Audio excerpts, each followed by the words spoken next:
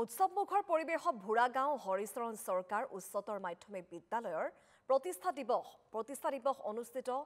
হয় আৰু লগতে পতাকা উত্তোলন শহীদ তৰ্পণ কাৰ্যসূচীৰ শুভাৰম্ভণি হয় প্ৰতিষ্ঠা দিৱসৰ কাৰ্যসূচী বান বিধ্বস্ত ভোৰাগাঁও প্ৰতিষ্ঠা দিৱস উপলক্ষে আয়োজিত হয় বৰ্ণিল শোভাযাত্ৰা দুপৰীয়া ছাত্ৰ সমাজ অতীত আৰু ভৱিষ্যত শীৰ্ষক আলোচনা চক্ৰ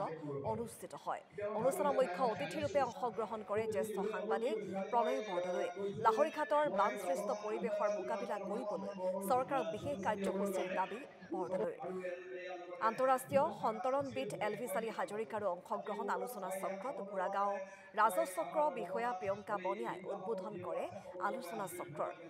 সঞ্চালনা কৰে উদযাপন সমিতিৰ সভাপতি ৰংধৰ বনিয়াই লাহৰীঘাটৰ এক বিস্তীৰ্ণ এলেকাৰ একমাত্ৰ উচ্চ শিক্ষাৰ অনুষ্ঠান এই বিদ্যালয় 1958 চনতে স্থাপিত বিদ্যালয়খনে গৌৰৱিলে 67টাকৈ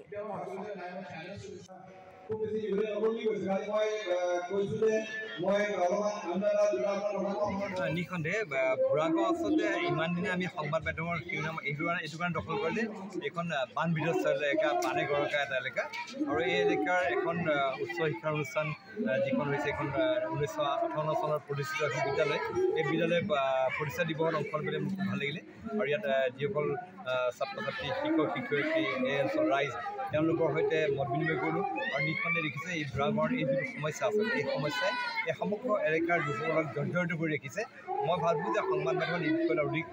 প্ৰচাৰ হোৱাটো উচিত মই ভৱিষ্যতে এই বিষয়ে চেষ্টা কৰিম আৰু তাৰ লগতে মই ভাবোঁ যে এই অঞ্চলৰ